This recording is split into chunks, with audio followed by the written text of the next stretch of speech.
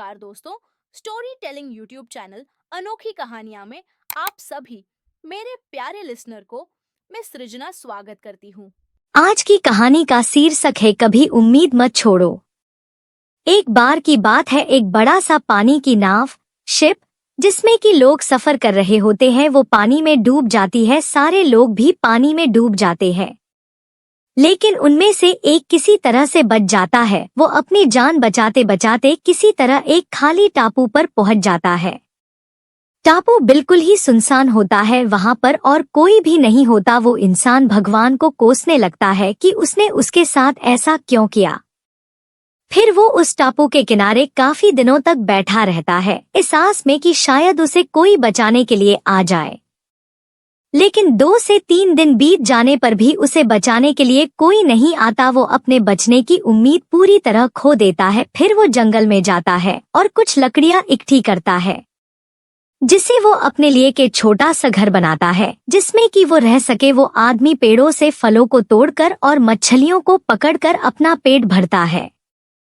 ऐसा काफी दिनों तक चलता रहा। उस आदमी को अब अपने बचने का कोई रास्ता नहीं दिख रहा था। एक दिन जब वो जंगल में कुछ खाने की तलाश करने के लिए गया हुआ था, तभी उसे बिजली गिरने की आवाज सुनाई दी। वो बिजली उसके घर के पास गिरी थी, इसलिए वो वापस अपने घर को देखने आया। तब उसने देखा कि उसका घर बुरी तरह से जल रहा है।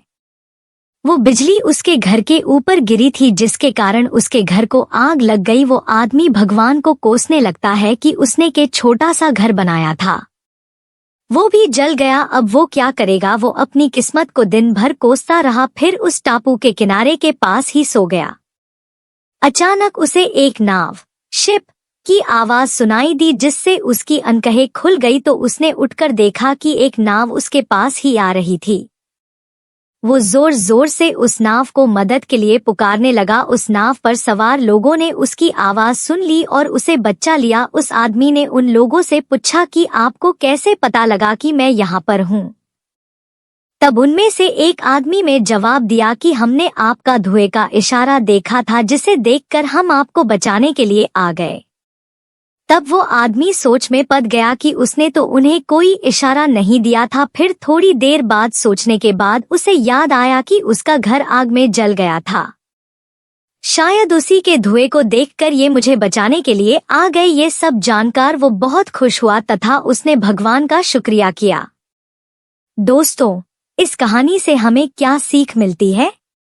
इस कहानी से हमें ये सीख मिलती है कि हमारी जिंदगी में मुश्किलें चाहे जितनी भी, हमें कभी उम्मीद नहीं छोड़नी चाहिए और भगवान पर भरोसा रखना चाहिए। दोस्तों, ऐसी ही और नई प्रेरणादायक, ज्ञानवर्धक और रोचक कहानी सुनने के लिए हमारे YouTube चैनल अनोखी कहानियाँ को सब्सक्राइब करें। धन्यवाद।